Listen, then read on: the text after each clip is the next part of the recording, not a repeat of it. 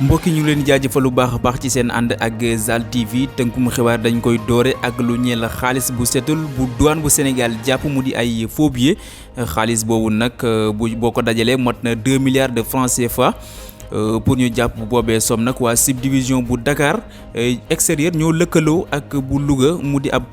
opération combinée bu ñu sukkandikoo ci waa division communication et relations publiques li ñu xam ne mooy am na ñeenti nit yoo xam ne jamono ji teg nañ leen loxo ba jëbbal leen li nga xam ne mooy yoon ci mbir mi ni mel. bourse familiale di la ñuy jagleel ay borom kër lenn ci borom kër yoo xam ne seeni loxo jotul seeni gannaaw. weer wu jot loolee nag nguuru Macky Sall moo ko fi indi woon waaye jamono ji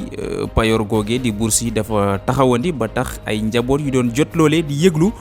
ne nañu leen ko jox ndaxte loolee da leen doon jàppale ci lenn ci dépense gi ci kër gi. Nguur gi nag di xamle ne loolee arrêté wuñ ko waaye dafa fekk ne rek daa am ay joyante yu ñu ciy amal maanaam ay yeesal waaye daañu ko commencé waat ci lu dul yàgg di ko fay ña ko yellool. ICS bu Mboro téeméeri liggéeykat ak ñett la ñu fa dàqee ñoom nag li tax ñu dàq leen dañ doon kaas ngir ñu jox leen ay jumtuwaay yu ñuy jëfandikoo ci seen liggéey loolee nag la direction bi mënul dégg ba tax mu dàq leen liggéeykat yooyu nag tollu ci téeméer ak ñett jug di yëglu di ñaax yoon mu jug ci mbir mi ndax nee nañ googee dàq day teguwul benn yoon ci li nga xam ne mooy ni ko yoon bëggee. hôpital El Hadji Malick Sy bu Tivaouane dana commencé doxal weeru juin gi la ñu jëm jàpp juillet l'hôpital boobu nag tabax bi tàmbali woon depuis 2022